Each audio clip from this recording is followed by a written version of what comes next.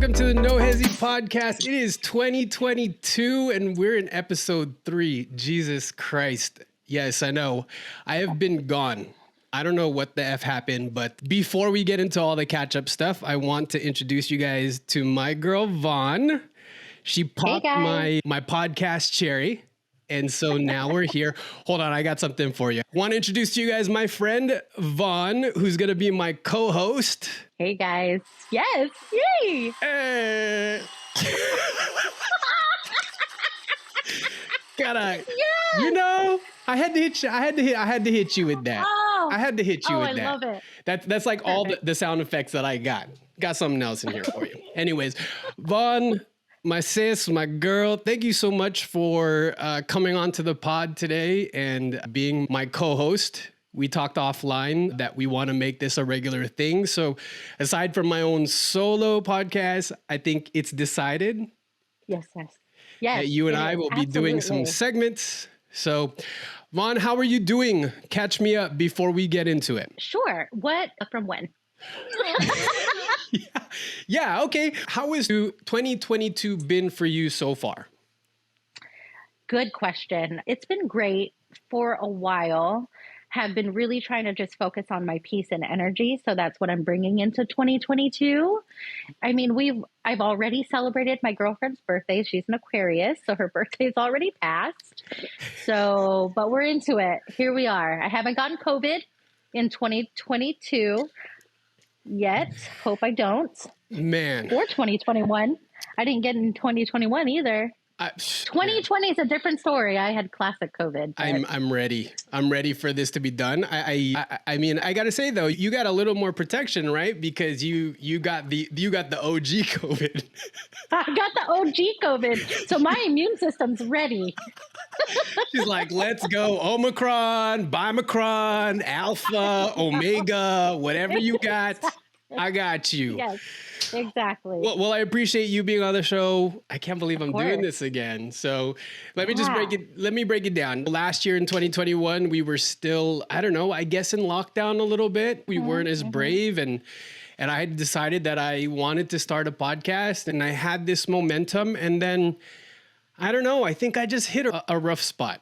Like, oh yeah. I think the depression or the being locked up kind of got to me. I mean, I know we got to escape over the summer and we got to do these trips, but for me creatively, when I am not feeling good, when I am stressed, when I don't feel good, my creativity is out the window. And so I didn't want to pod. And this is going to be a lead into what we're going to talk about today, but I couldn't get it together. And now we're in 2022 and I'm feeling better, I think. It's either that or I'm like, it's time to get your shit together, RJ. So we're working on that. So anyways, that's, I guess, my update. So if you're here, we're happy to have you with us. I hit Vonne up like last week and I was like, girl, you want to do a pod? And she was like, yeah, let's do it. She's like, what do you want to talk about? And I was like, is you ready? Because I want to talk about resentment. She was like, bitch. I was like, oh. Is that what we're doing? So listen, the topic that we're talking about today is resentment. My question for you is, what is your journey for 2022? Yeah. So I have really been trying to just find peace. I've had a lot of struggles in my life. I, too, if you're new here, have depression, anxiety, and it's really hard to get your life together when you're going through those things. And so I'm really trying to focus on finding that peace within me, a lot of forgiveness for myself that I have to find, just so that I can just be whole always and be a better person, not only for myself, but for the people around me, especially being a mom. So that's just the path I've been on. That's what my focus is. I'm not putting a lot of pressure on myself. Yeah. I'm just trying to recognize what things are triggers for me and what brings me down and trying to eliminate those things out of my life so that I can just be quote unquote happy. But you know what? I am a happy person, but just not going in those deep holes that I'm so used to going in, Yeah. the roller coaster of my life that I've been in for most of my adult life. So that's Yeah. what I'm going into 2022 with. It's just peace. Yeah, this is the other thing that started this thought about this topic, is that I don't want to call them resolutions. It feels so, is cliche the right word? I don't want to call it that, because because of everything that's attached to New Year's resolutions, you just feel like they never get fulfilled. Or maybe you do one and then it drops off, but it just ends at some point. In my opinion, that's my feeling. So I wanted to look at it as a journey. And so just like you, for me, my journey in 2022, when I was 35, I'm 40 now. Jesus. When I was 35, God, I hope she doesn't hear this one day, but this is the truth. At 35, I realized that I was just like my mom, and I love her to death. I love her to death, and I have mad respect for her. Let's just make that clear. Mom, if you're listening, I love you.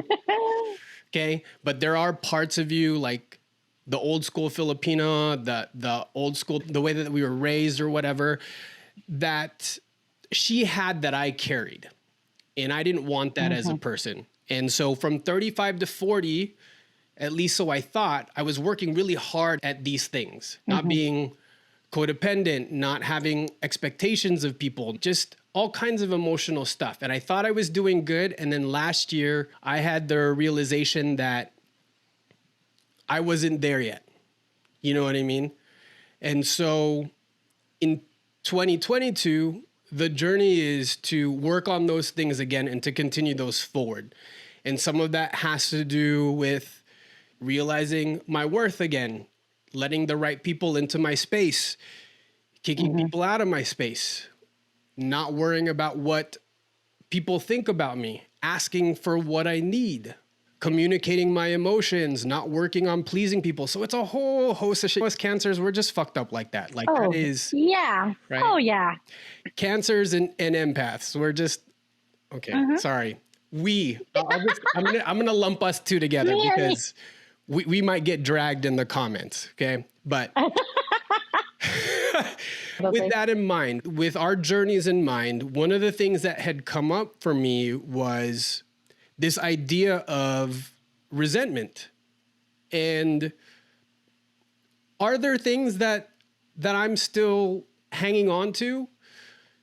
Are there things that I have resentment for? Some people, Vonne, they're really good at being like, I forgive, I forget. Oh, yeah. I let it go. It's hard for me to do that. Are you that person? I think where I'm at now in my life is I'm better at not letting it get to me as much, but I've never been somebody that was good at forgive, forget. I'll never forget. I'll never forget. It's terrible. It's really, so I don't know if I'm any better at it now. I still don't forgive and forget. I think I'm better at just not letting it consume me like it used to. But thanks for bringing that up, because that's just another thing that I need to work on. It really is, because I'm not good at it. So you acknowledge that there's a theme of resentment somewhere. It may not be huge, but it's there. Yeah. And I apologize. I'm kind of leading a little bit, but I guess that's kind of how I feel. And before we move forward, I just want to say, before we get into this topic, because I'm about to make Vonne and I reach deep into the depths of our soul today, that we are not experts. We're not providing any professional advice. Okay. We are cancers, though. We are cancers and empaths. Okay. We're simply exploring the topic of residual or subconscious resentment. Okay. So we got our journey and we got resentment. Are you ready? Are you ready to reach? No, this is like a lot already. Are you? Let's do it. Hold on. That's all I got.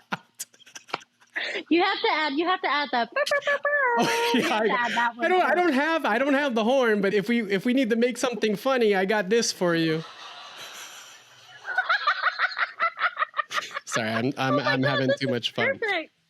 I love it. So I'm thinking about this idea of resentment and where in the areas of my life that they're still there, situations or past traumas.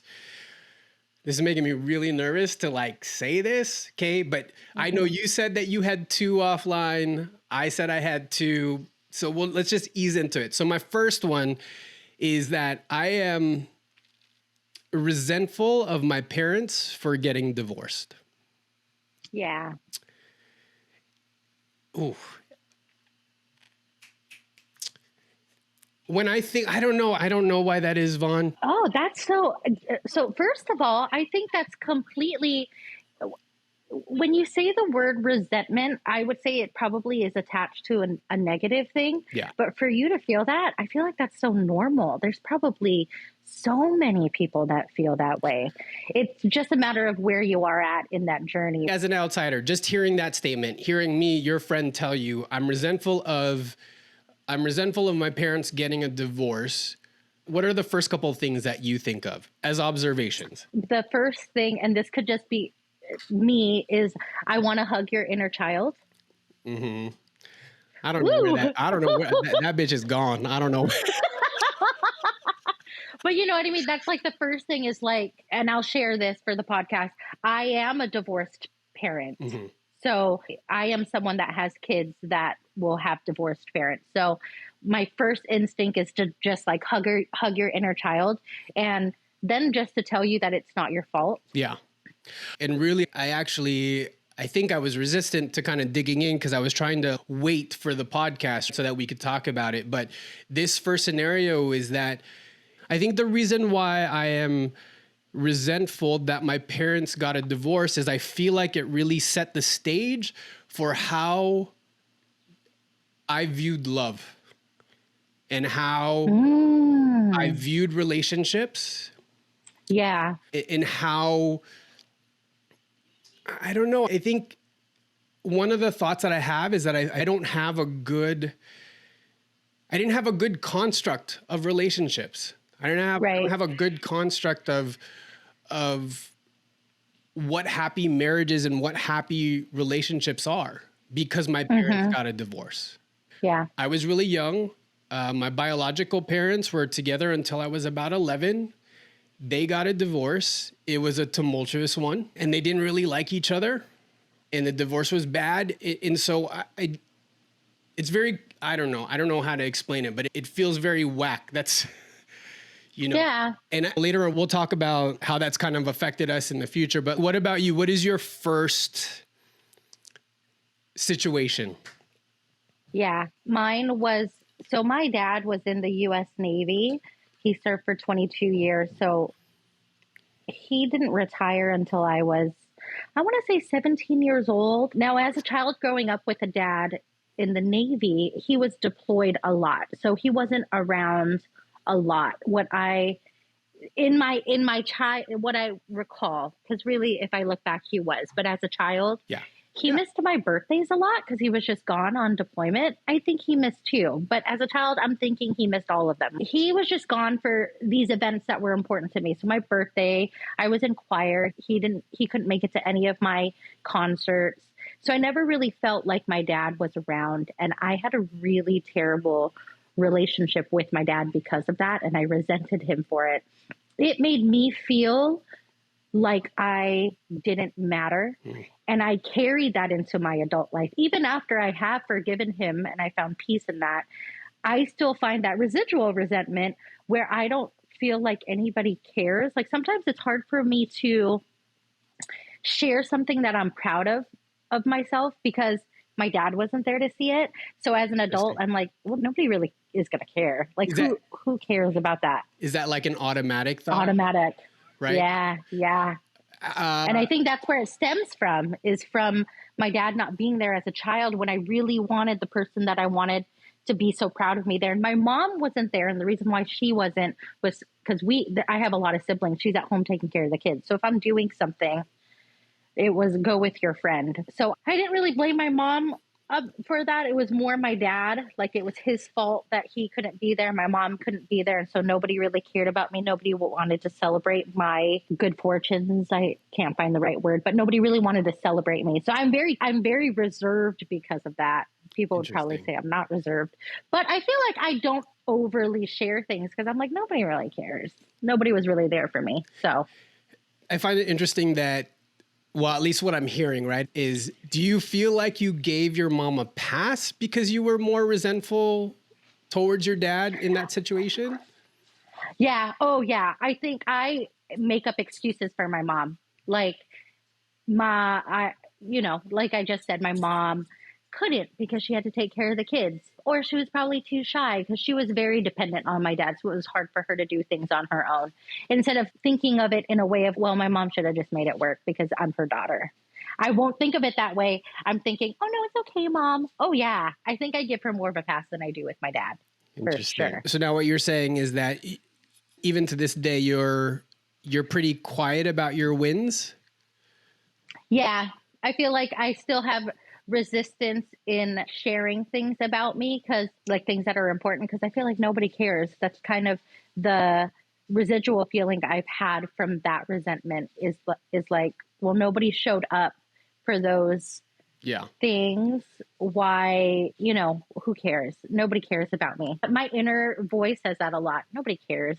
Don't show anyone. Who cares? Interesting. Okay, we'll circle back to that because it's going to come up in our later segments. But the second situation for me that I have realized that I have resentment for is that I am resentful that my parents never fully accepted my sexuality.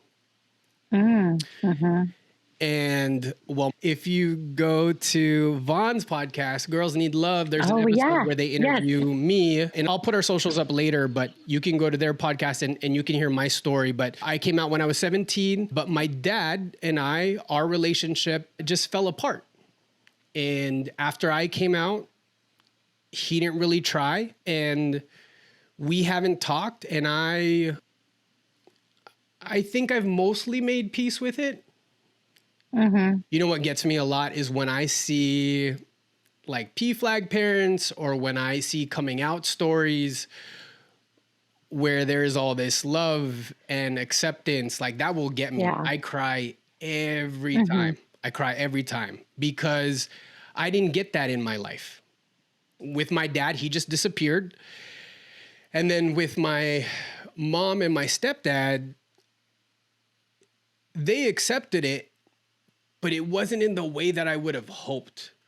I ran away a couple times and I came out in the most icky, like non-warm way. They responded in the most typical Filipino, and I don't know about Italian because I'm not Italian, but it feels like that culture, that generation. Do you know what I mean? Where, oh yeah, it was stoic. I'm going to tell you I accept you, but you're not getting any warm and fuzzies from me. And even until this day, Vonne, my mom she's trying, and I give her credit for that. It makes me feel weird when she does it, but she still can't fully say yes. It was funny because there was an example where she had recently told me like, hey, we should go to a bar. We should go to a bar so that we can find you a partner. And I was like, oh, what? Who is this? And I like that feels weird. But there was also another example where I had said, you know what, Mom, when I get married, I want to get married in the Philippines. And I just want to get married there. She said, yeah, I told my cousin, I told your kuya that when he gets married to her, they're going to get married in the Philippines. Like what? I'm making a face if nobody can see. Yeah, she's making a face. But do you see how that can Oh yeah. kind of like mess with me and make me Yeah. feel? And those two things were kind of like today, when I think about it today, when I have moments of self-doubt, when I think about dating, when I think about relationships, when I think about myself and my journey and what I'm trying to accomplish, those two things really like they come up. Oh yeah. What is your second situation? So my second one is something that I didn't even realize about myself. It had to take my therapist to tell me, but I had a lot of anger towards my ex-husband. A lot of anger. I just hated him. I hated him. And I was always shit talking him, and he could never do anything right. And this is after we're divorced. Okay. So I'm just like, me and him had the worst relationship. We just could not get along. I hated him. My therapist made me realize that I was holding a lot of anger and resentment because I did not forgive him for his part in the ending of our marriage. In marrying him, I thought that we were going to be together forever. Of course, when you're with someone, or especially when you get married, your thought process isn't that you're going to get divorced or you're going to break up. And so because of that ending, I definitely had a part in it too. And I've acknowledged that. But my therapist made me realize I didn't forgive him for his part. And I was holding a lot of anger towards him that he let the relationship down too. And so I had to work really hard in forgiving him, which is very, very new to me, which finally allowed both of us to have a better relationship. But I mean, anger, hated him. The sight of him pissed me off. And it really was because I just never forgave him. Can I ask, let's go. So can I ask, in that area, what is it? Like I'm envisioning it like a ball of stuff. So can you share some of the things that caused you to feel that anger? I don't think that I could pinpoint it. It really was the work that I've done with my therapist. But I think as our marriage ended and getting divorced, that subconsciously somehow I was like you fucked up. You're the one that's ending this family.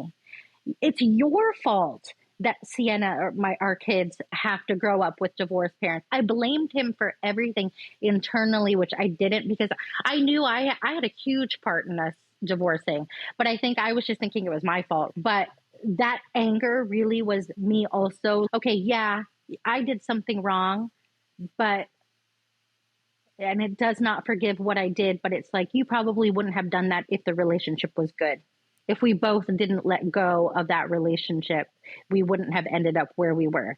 So I had all this anger towards him, and I was just so pissed off. And now here I am, this divorced, I think I was 32, 31. I can't remember how old I was when we were divorced, but I was like really, really mad about it. And I didn't have the maturity to look at it as I do now, because we definitely weren't meant to be together, but I didn't really need to. I mean, I had to find peace with that anger, but now, I mean, we're fine. Yeah. But that was really hard for me. And I think the way that, well, we'll talk about it. I was going to talk about how it shows up now, but I still have a hard time, not so much about me and him being together, but I always think about the fact our kids have divorced parents. Ugh. And yeah. Sorry, so do you feel like part of that, and this is totally an aside, do you feel like some of that is cultural and the way that we're raised? Oh my gosh. Have you watched? Well, no. Okay. We're going to talk about that offline. Yes. Yes. Absolutely. Absolutely. Because, I was telling my girlfriend about this. Our parents' age, divorce isn't really an option. You can allow especially men, you can allow Filipino men to do whatever they want. It's very culturally acceptable for them to do that. And you're like, you just stay. So I think being raised by parents that were taught that so much that like sat with me too. And that idea of divorce, right? Especially if you were Catholic. Were your parents Catholic? If you didn't know, like our parents, they grew up in the generation where you couldn't get divorced. No matter what, Yep. you were gonna fucking make it work. And Yep. so I don't know about you, but there is also this, I think this is part of that resentment as well, is just that like your parents getting divorced, whatever issues that they have, at least in my situation, it kind of got put on me. Do I make sense there?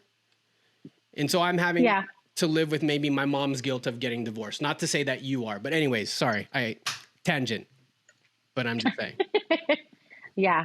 Yeah. Well, you've shared this, I'm sure, on we've talked about this, but you felt growing up that it was your fault, their divorce, Yes. or there was some blame. Yeah, there was like blame put on you. Yeah.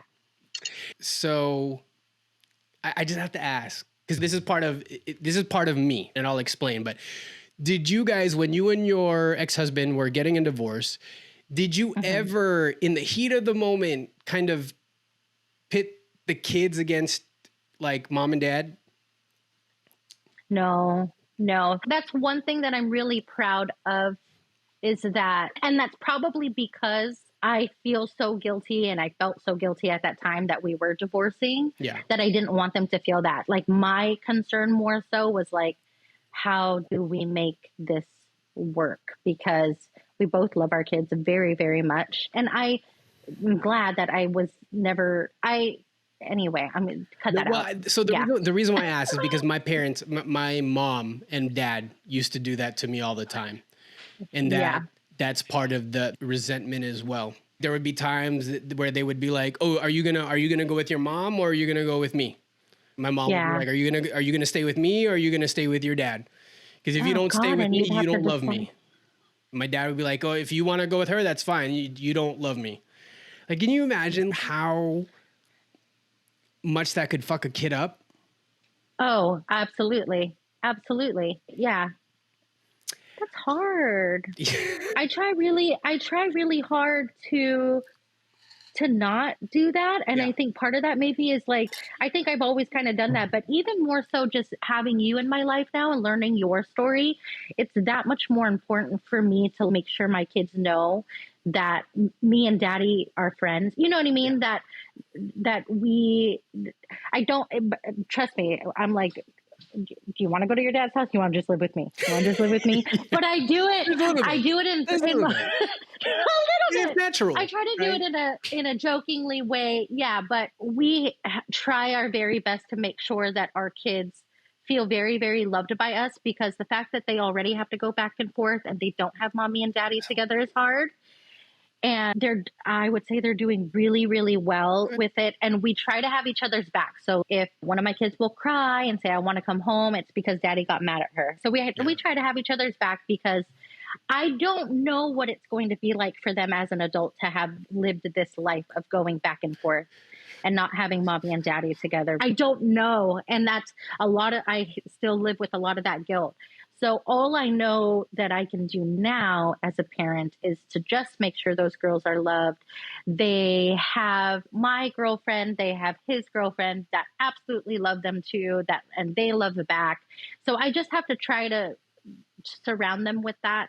And I think that's amazing. Hope for the best. I think that's amazing. I mean, even that little bit helps. Speaking from experience, being trucked back and forth, I used to listen to my mom talk shit about my dad all the time. I used to listen to my dad talk shit about my mom all the time. It just left me a really fucked up kid. So, moving on. Well, we'll talk about it a little bit more. We'll talk about it. So, I know, now we're here as a 40-year-old and how young are you again? 35. 35-year-old. Keeping in mind these traumas or these situations that we just talked about, let's explore the concept of resentment in our adult lives. how does it affect you, Vonne, in your adult life? Before we get into it, let's define the resentment. Ooh, Okay. let's do it. So Merriam-Webster, do people still use dictionaries? No, but well, they use Google, but did you use an encyclopedia when you were younger? Yes. Oh my God, we had the whole set. You had the whole set. They don't use those anymore. I mean, of course they don't, but I'm like, I'm that person. You kids don't know what it was like. My parents were too cheap to get the encyclopedia set. They were like, just borrow it from your cousin or whoever. But I remember there used to be volumes. They would say, you should read the encyclopedia every day. Oh God. So we ain't doing that today because there's Google, there's TikTok, there's Instagram. That's how we get our shit. But based on Merriam-Webster, the definition of resentment is a feeling of anger or displeasure about someone or something unfair. So how, Vonne, how do you feel impacted by it as an adult? Just resentment now or from what we talked about? Yeah. How do those two scenarios impact your adult life? Because, and again, we talked about this offline as well. Listen, if you are the type of person that is like live and let live, I forgive, I don't hold any resentment, good for you, asshole. Good for you. Like, I would just keep it 100. I've had a couple drinks, but knowing that you and I are similar in some of our attributes and our personalities and us being Cancer and empath and this, we are not that person. I mean, from time to time, we get a glimmer from God and then we're good. But in your adult life, thinking about those situations, how do you feel like the resentment has impact or still impacts you today? The big one that I touched on is not thinking that anybody cares about me. As a little girl and not having her dad around for important things, I think made me hide more in my shell and just think like, why do I need to share that? Nobody cares. And I'll give you an example in my adult life. Yes. I am the only one out of all of my siblings who are all adults that have a bachelor's degree. Work. Yay! We have a bachelor in the same thing too. Yes. You and I. Yes. That's why we're friends. I mean, that's not why we're. But I'm the only one. We here. Yes. Go ahead. Okay, go ahead. I didn't think it was important to my family, and they, of course, were excited for me. But I didn't think it was important to celebrate because when my sister became a nurse. Being Filipino, that's the utmost. I mean, you don't need a bachelor's to become a nurse, but if you're a nurse, that is it. That's the golden ticket. Willy Wonka, you're going to the chocolate factory. Okay, that is the best thing that you can do as a Filipino. That is one of these.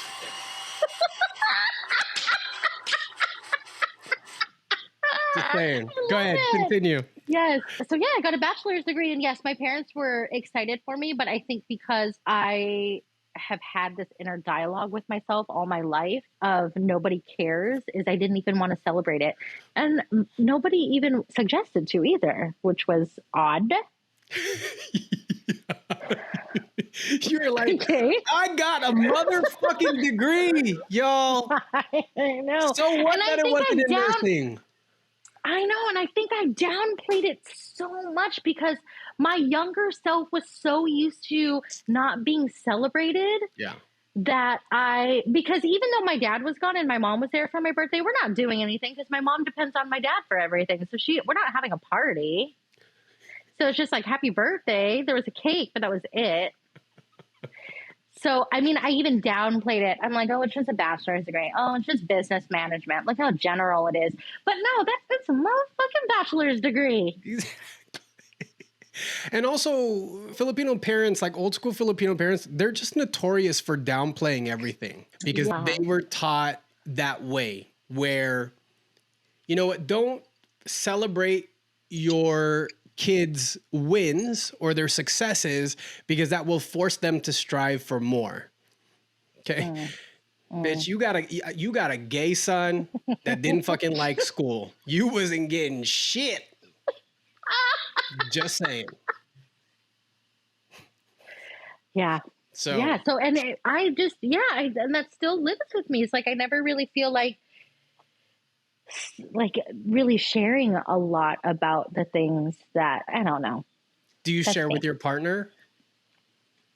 Yeah. I think I've grown accustomed to sharing it with people that are really important and being okay with celebrating it in a very smaller way. And you know what's so funny now that I'm talking about this is my sister, the nurse, who I love. She's like my best friend.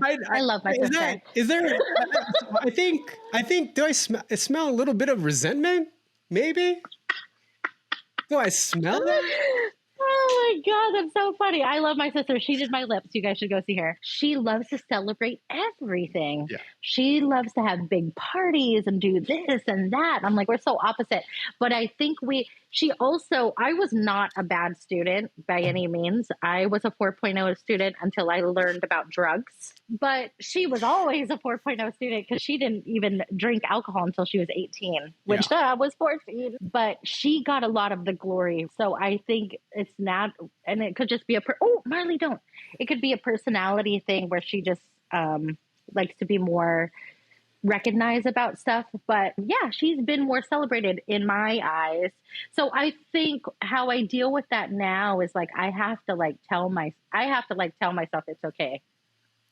Does it feel weird when you share your successes? Does it feel like you're bragging? Does it feel like... Yes.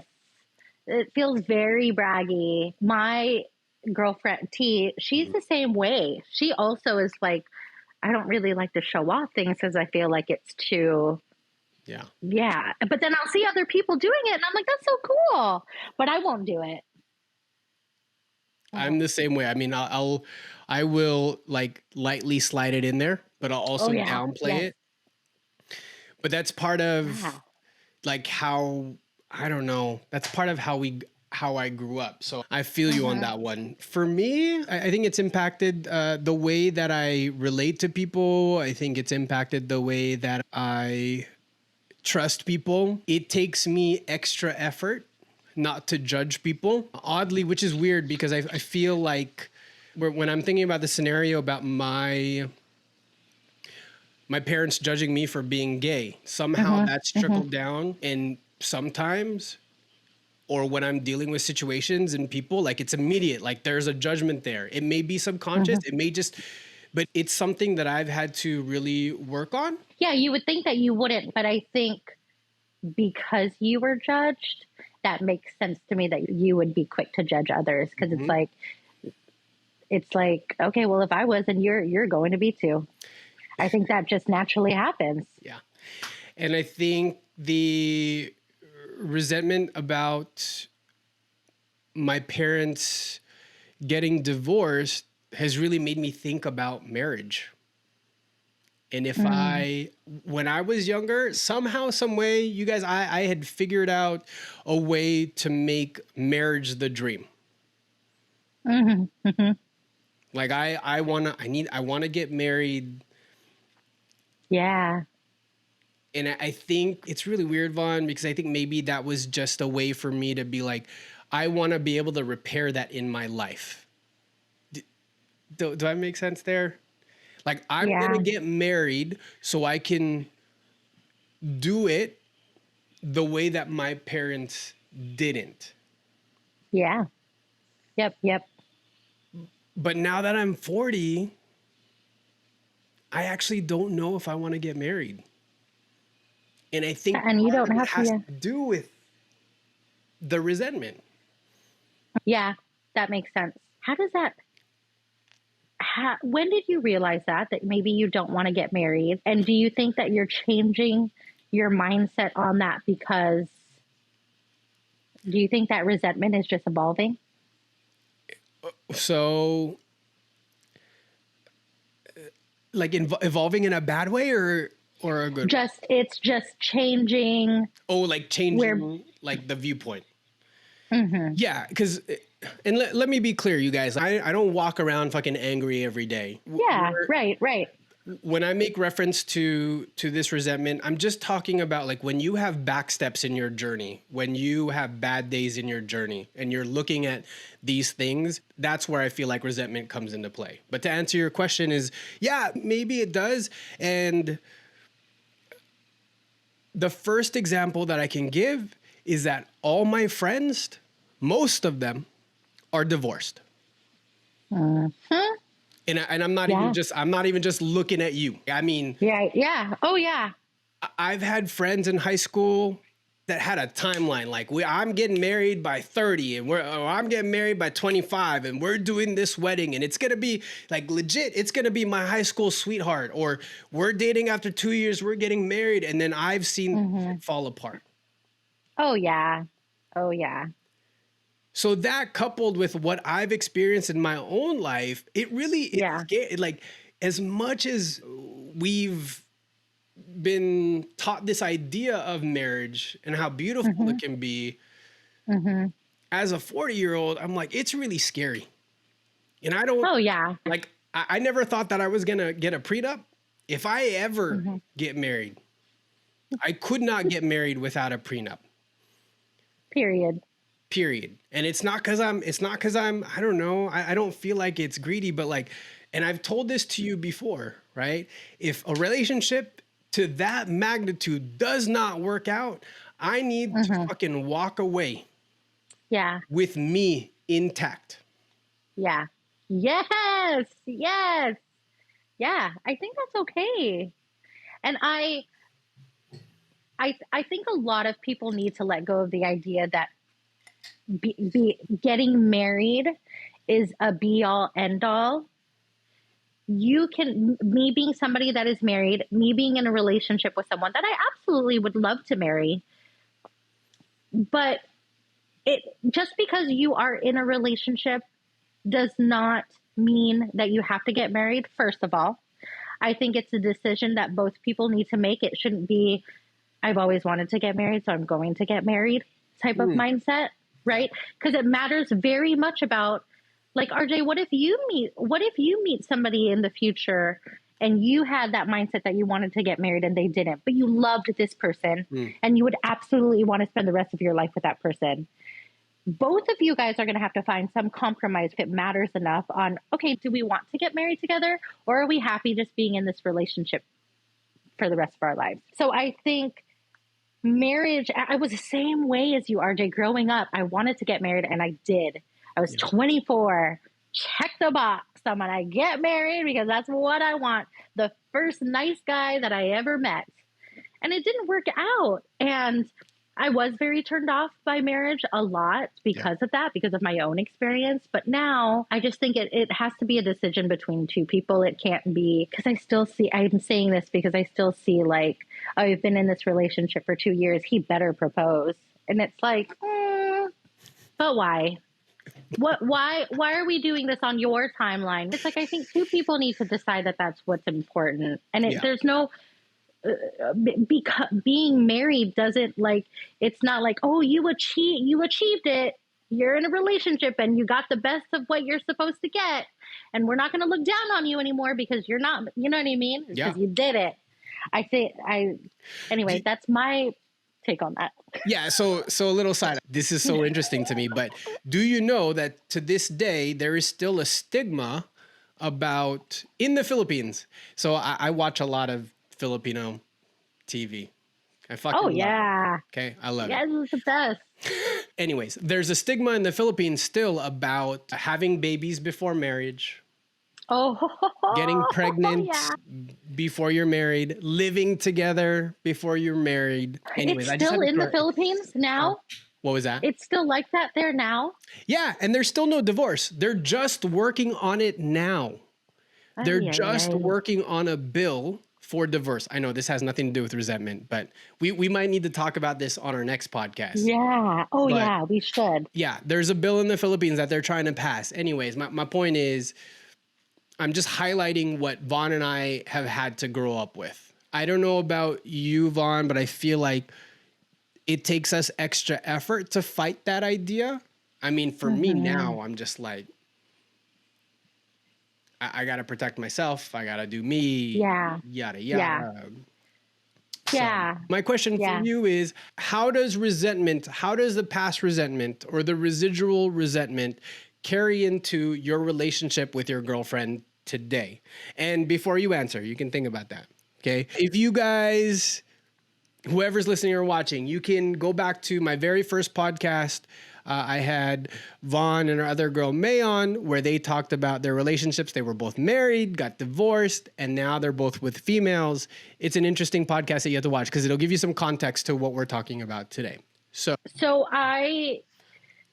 with the resentment that I had from my relationship ending, my marriage ending, I've had to do a lot of work on that with my therapist. I think going into a new relationship, my current one, oh gosh, I've just had to do a lot of internal work because I think that because I was let down in the past, that maybe it was easier for me to be triggered, or I was angrier at her than I really needed to be because there was still anger there towards something else. So I think that's how it was showing up. Definitely in the beginning of a relationship, I think that showed up a lot, is my anger that I still had, resentment that I still had towards someone that I really highly disliked. So if my current partner was saying something that I didn't agree with, my anger was heightened because it was like there was so much of that already in here. Yeah. So now I really have just had to work on that, and not, it's unfair to hold my current partner to that. You can't blame your current partner on your past partner's faults. So I've had to learn that is being more present, because I don't know if this is a Cancer thing. I think it is, but living in the past, we live in the past a lot. I'm gonna bring up a little tea. Okay, I'm not. It's not tea. Just Vaughn and I have known each other like it's going on 2.5 years now. 2.5 years. Yeah. Okay, and then and I've had the pleasure of hanging out with her on a couple of occasions. And when we get, a little inebriated and we're hanging out, you guys, we have these really deep talks. And then we're not going to divulge the talks, but in these talks, a little bit of this like angst comes out, a little bit of this. And it's okay. Like, I'm down with it. I'm here for it, right? But like, where does that come from? Is there like some resentment there? Is there? That's a really good question, Ryan. She's going to kill me. I didn't say what we talked about. Okay, I got your back. I'm talking about the feelings part, because I'm there with you. I'm there in that moment with you, and we're having serious conversations like we're having now. Where does that come from? I think you can relate to this. I think it's really hard for me to be so vulnerable with people, because it's really hard for me to feel safe. Period. To be able to share that side of me. Yes. So I think when you get that side of me, it's because you and I have that safe space with each other. And so you're really feeling it, because normally you're not really going to see that out of me. But I'll really... So sorry, just to clarify, you guys, and I'm totally like, I'm joking with Vaughn, and there's some truth, but what I'm referring to is whenever we've been together, whether we're inebriated or not, or just hanging out, like we have really deep conversations. Yeah. Her best friend May, they have really deep conversations, and sometimes in those conversations there's like revelations and there's things, and that's what I'm trying to get at. That stuff kind of fascinates me. You know what I mean? But I also am trying to dig and try to identify for myself too. Where does that come from? Yeah, I really do think it's something that is always there. I just don't share it. I think and I appreciate that, by the way, that you have been willing to share. I think I feel it. All the things that I've shared with you, what we talk about, I feel it, but I never want to expose myself. I never, you know what I mean? I never want to show that side of me to people. I don't want people to know. I don't Very, know, because I feel like it'll think that I'm weak. Yeah, but it's there. And I think the reasons why we get these breakthroughs is because we're finally talking about it. But it just sits there, and I'm the only one that really has those my own dialogue with it, and I'm trying to talk myself through it, which isn't always bad. I really can talk myself out of stuff and yeah, like yeah. sit there and think in my feelings. But I think when we're together, the things that we can bounce off of each other is what really brings those revelations. But I think the angst really comes from like, it could really be my own fault, but just really never feeling like I've ever been heard, and my feelings were never really valid. And that's definitely a Filipino thing. Yeah, because you're in a Um, space where you're with people that hear you, so you want to get it all out because yeah. I don't know, if you're a Cancer, you might understand. If you're an empath, you might understand. Oh man, I'm about to expose us, but we shit, and it's not even this is not the podcast topic, but it's just we are the type of people, and Vonne, you can correct me, is that we won't share a lot if we're not in a safe space. Absolutely not. We Yep, won't that's correct. share a lot if we don't feel safe around certain people. And so really, in Vonne, I love you. I wasn't trying to call you. I just wanted to see if any of those deep talks were related to any of the resentment. But even being on here, even doing a podcast, even talking to you is very vulnerable Yeah. for us. But Yeah. Oh, yeah. Yeah. And I think it does. That angst might just because of that little girl that never really felt like no one cared. So when I'm going through something, I don't really reach out to people. And it's so funny. And RJ, I know you can relate to this. So many people can come to me and share what they're going through, and I help them through it. But it's so hard for me to do that. yeah. And I don't it's nice to be able to do that. I mean, I probably should. You wouldn't see that side of me as often as you do when we're drunk. But it's we learn. You learn from me, I learn from Yeah. you. And Yeah. honestly though, like not even in just our own situations, people are not going to agree with this, but sometimes I actually like talking to people when they're drunk because that's when the truth comes out. Oh, yes. Okay. I do And that's too. a whole I other feel like, podcast. yes, the best conversations. We should do one drunk.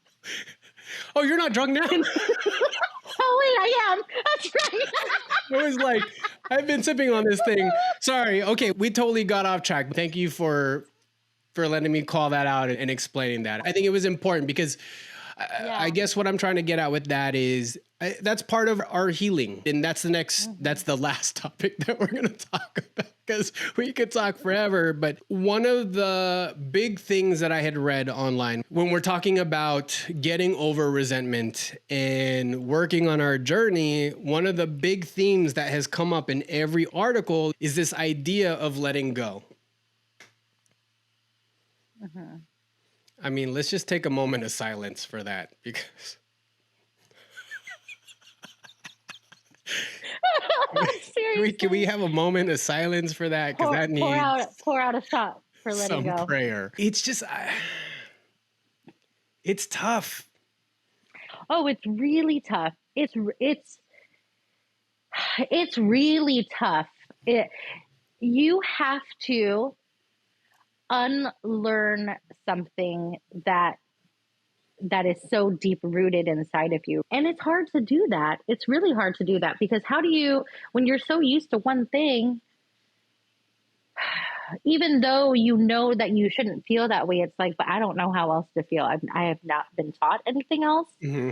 I don't, like, you just don't know what that looks like. So I think that's where you and I are both like working on ourselves.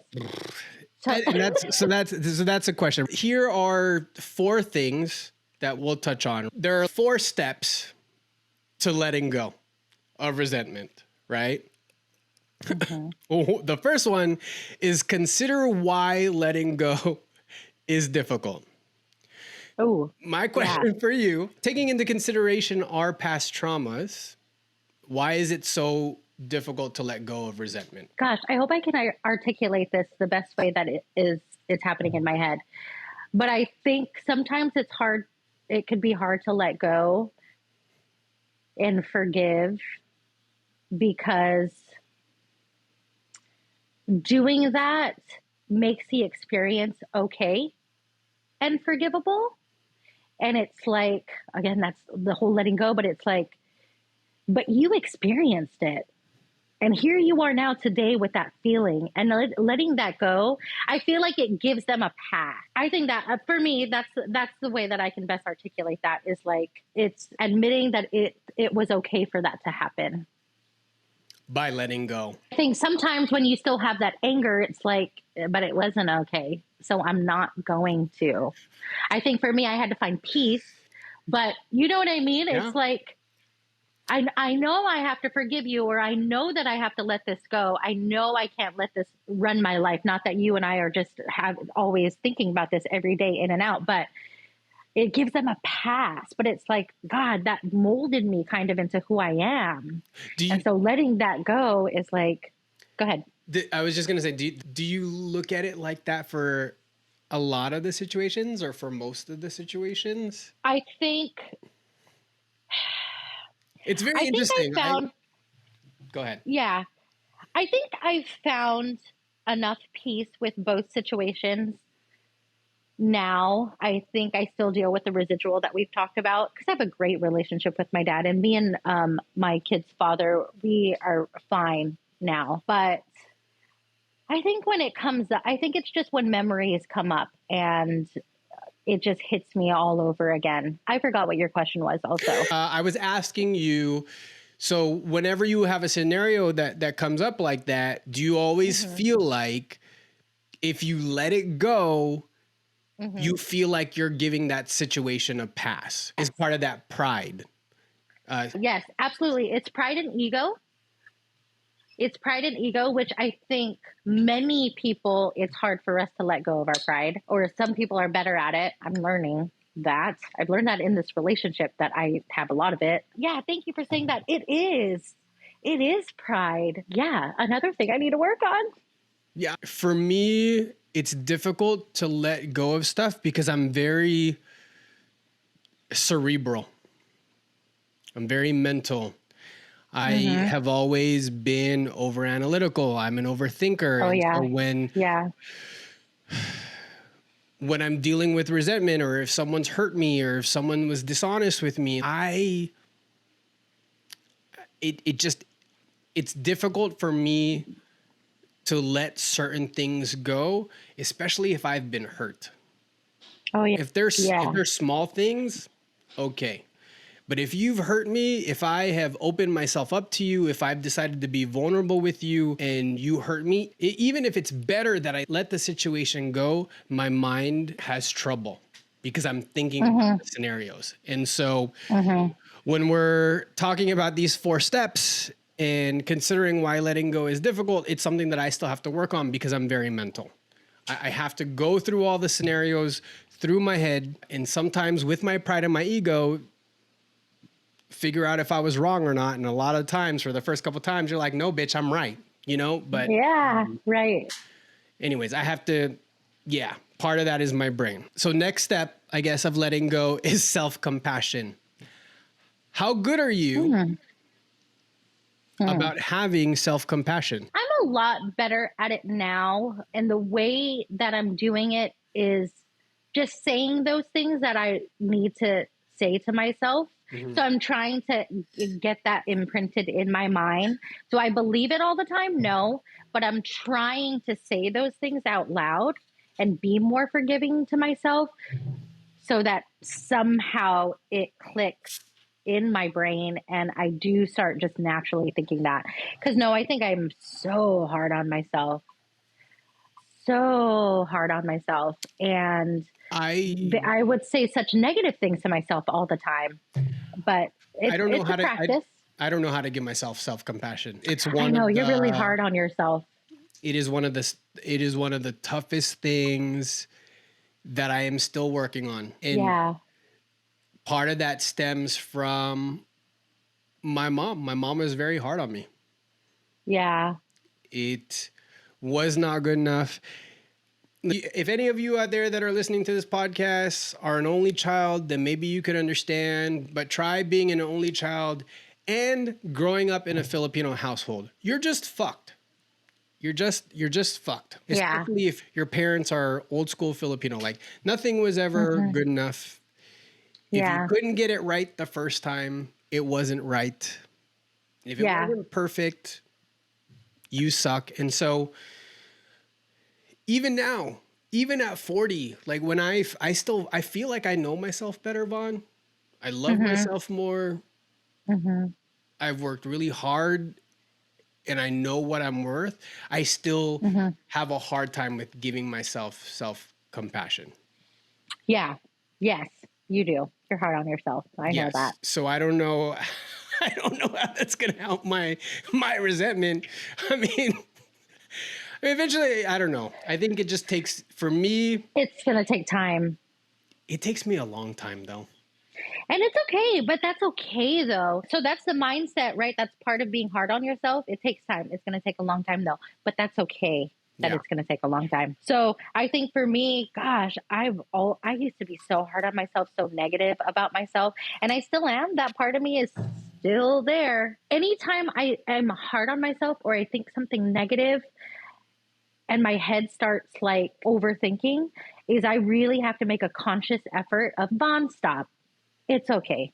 You're okay. You did okay. You're doing the best that you can. I have to tell myself that because my mind is so used to saying the opposite. You fucking suck. Yeah. You're a dumbass. The fuck is wrong with I was gonna you? say, do you talk to yourself a lot? Oh my God, yeah. I Yeah. do. It feels weird, but I have to do the same. I have to do the same thing, even out loud. Like when I'm Oh yeah. stressed, when Oh. I'm mad, when I'm upset, when I'm by myself. Mm-hmm. I don't know. It feels very weird to say this because for some people it's normal. For me, it's not normal. And so it feels very weird to be like, RJ, you're tripping. RJ, just relax. RJ, take a breath. RJ, Mm-hmm. it's not.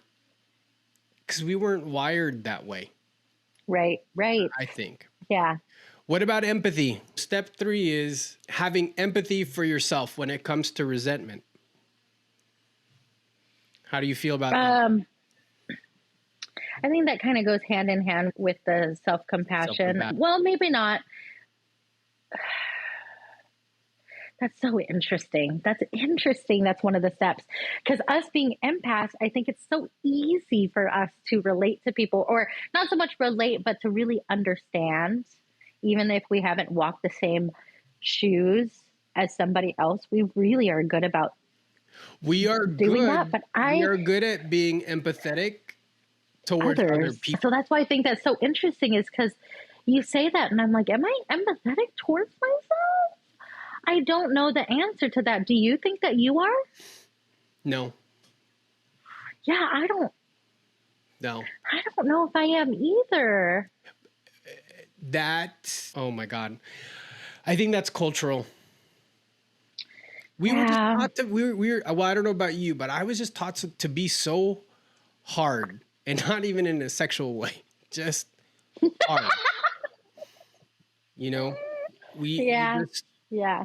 I was taught, I mean, hold on, let me back up. I was taught to be really polite and respectful and respect my elders and total Filipino culture, which I love and appreciate.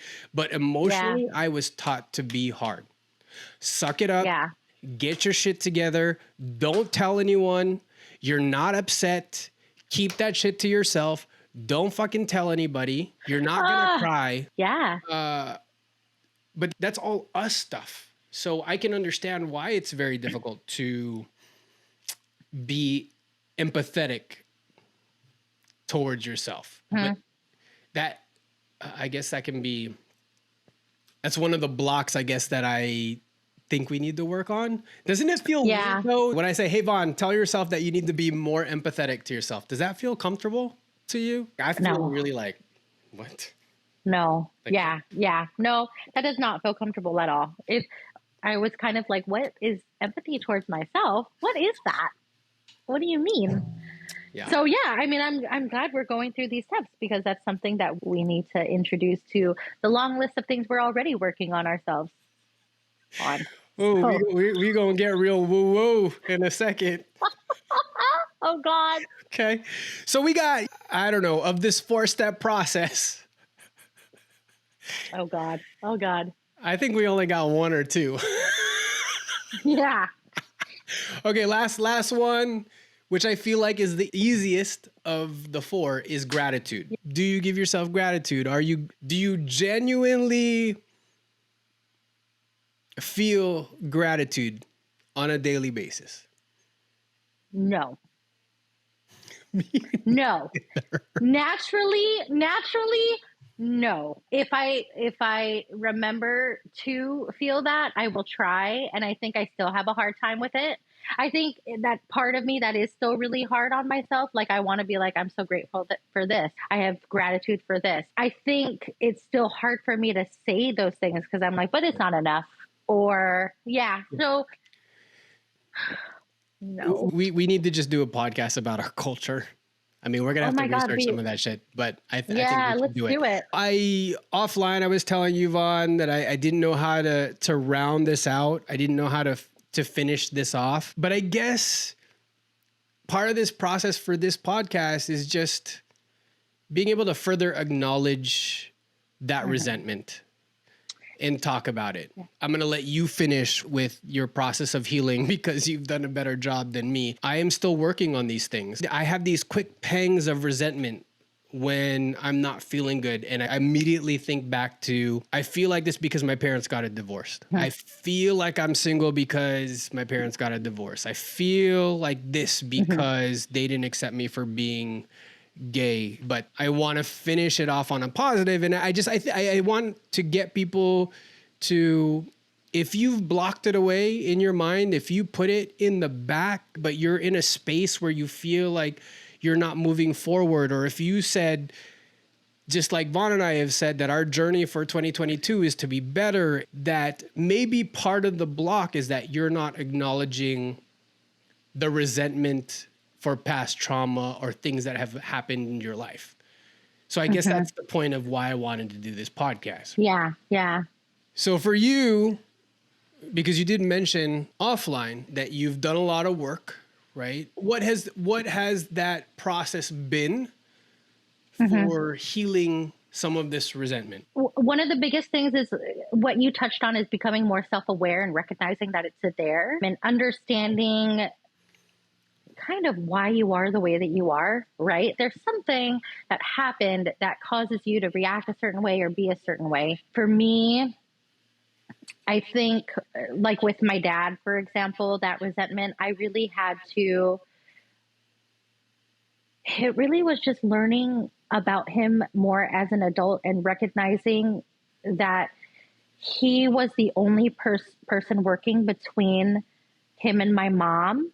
And he was able to provide a life for us that allowed my mom to be a stay-at-home mom. So I always had a caretaker with me. Yes. But in doing that, he had to sacrifice missing out on his kids' special events. Yes.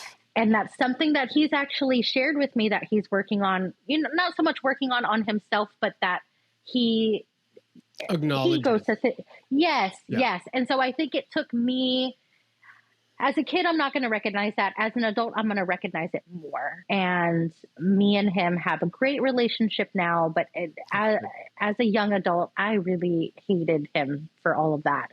So to be a little bit more general, though, is I had to find peace because I could not allow those things to rule me anymore. Because I being somebody that can fall into a depression low so easily by being triggered about things, I had to find my way out of that, RJ. Like I could not, I'm so tired of those lows, so tired of them. And they're so, they even though you're more aware and self-aware about those things, it doesn't mean it's still not going to come up. So even though I recognize the triggers and recognize those things, I wasn't going to get any better mentally if I wasn't changing something to help myself become better. And so I had to find peace in it. And that was just for my dad, being more specific. recognizing his point of view. And Yep. I found a lot of peace in that, is realizing that look at what he actually was able to provide for me, though, being Yeah, a working dad. As a kid, absolutely. I couldn't see that. And then with my ex-husband, I think in that, for myself, I can't speak for him, is just recognizing that, you know what, we both played a part in that. Yeah. And I have forgiven him. I'm still working on forgiving myself because I still blame myself a lot for the marriage ending, and more so not so the marriage ending, but breaking up a family. But I can't let that rule my life anymore, because I don't like how I feel when I'm that unhappy and holding on to anger. I don't like when I'm an angry person. So it sounds like part of your steps, what I'm hearing is one step is more self-awareness, right? Mm. One step is acknowledgement. Those were the two main ones. And three, kind of like what we talked about earlier, is the self-talk. Like reminding Yeah. yourself. And I have to do that a lot. I mean, it's still there. It's absolutely still there. But yeah, it's the self-talks, because I think that one of the things that I do a lot now is, like, when my anxiety takes over, I ask myself, who told you that? Who told you you're a bad mom? Because my mind will be like, you suck. Why are you like this? You're such a bad mom. And then I have to stop myself and go, who told you that? Anxiety did. So anxiety, you need to get the fuck out, because I'm trying not to be negative to myself. Yeah. And I have to just be self-aware. It's that self-talk. Like, that's where I'm at in my process now. I don't know how it's going to be years from now, but like right now, that's working for me. And I have to acknowledge that during the pandemic, I'm very observant. And even when you and I weren't close, I could tell when you had your highs and lows. And I have to acknowledge that I haven't seen you hit a big low point in a while. I haven't. That's So true. we have to celebrate that. You. We have to celebrate that. And we have gone off on so many side tangents, but that's what happens when we start drinking on a podcast. I know. But what I wanted to finish with, I guess, is that just know that you can always tell me your accomplishments and we will celebrate you. Thank you. Because that is important. Knowing how we are, our crews are very small. Yeah, for sure. It is. I think our next podcast should be, Vonne, life as a cancer and an empath. Oh my God. Although let's do it. We should. I think that'll be our next episode. We're definitely doing this again. I hope if you're out there listening, I hope you guys have gotten something out of this. The idea is that maybe it'll get you to think about some of the things that are holding you back. Because I would love for you guys to have a really good 2022. Yes. We're still in the middle of a fucking pandemic. We are. We got to learn to live. And I want this life after the past year and a half of just some heavy shit. Like, I want to be good. I'm going to be 41 years old. I want to be good. I also want to be skinny, but that's kind of tough. Me too. That's when I tell myself, it's okay. Before we go, where can they find you, sis, if they want to find you? Yeah. So Instagram is Mama Vonne, M-A-M-A. Well, you'll put Mama Vonne. I'll put it on the screen. Yes. Twitter and TikTok is Mama Vonne too, just with two Do you E's, twat? but Do you twat? oh my God, I'm so funny on there. You should follow me. Are you a twat? I will. Are you a twat? I'm so funny. I will And follow you. I address T as my lesbian lover on there. So I don't call her my girlfriend. I don't say T. I'm like, oh my God, let me tell you what my lesbian lover told me today. It's hilarious. I'll flash your social, but so they can find you on Twitter. They can find you on Instagram. Oh, yes. That'll be here.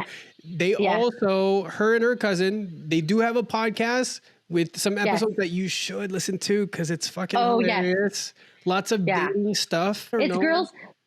Girls need love too. I was just going to say, I don't know if we'll do any dating stuff on here because we should. We should. It's fun. Oh my God. Let's do it. Let's totally do it. We're going to talk about everything. Let's crowdsource some topics. Yes. If you guys have any topics that you would like Vonne and I to Yeah. talk about, please Yeah. shoot me a DM on Instagram. I'm going to put my socials up. Yeah. Vonne for sure will be regular co-host. If you've been following my podcast, I've decided that I'm just going to do one podcast a month for the moment, because what I realized is Yeah. that this bitch was just trying to do too much. Yeah. I am a new podcaster, and if you don't know, editing a podcast, recording a podcast, it is a lot of work. And as much as I lot of love work. to talk, it takes a long time to edit. So that is part of my Yeah. journey, is that I need to pull Yeah. it back. Yeah. I'm also very excited because I'm getting my no hezi gear back up again, Yay! which makes me super happy. So merch will be up. So Vonne, let me express my gratitude today. Thank you for being my new co-host. I'm so Yes, glad that we got of to do this. Let's finish up with some word association based on our topic today. Let's do it. Yeah. Live freely.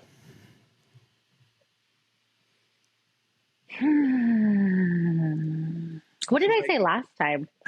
We were talking about relationships. So Oh, now we're doing resentment. Okay. Live freely, resentment. Oh, I'm saying this. This is word association. Doesn't mean I'm great at it, but let go.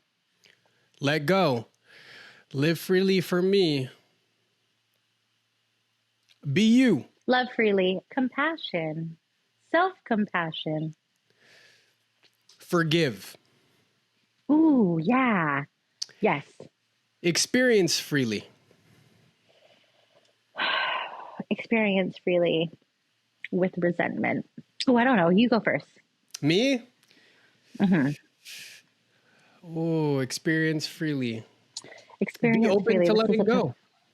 It's not a word, Yeah. but be open to letting Yeah. go.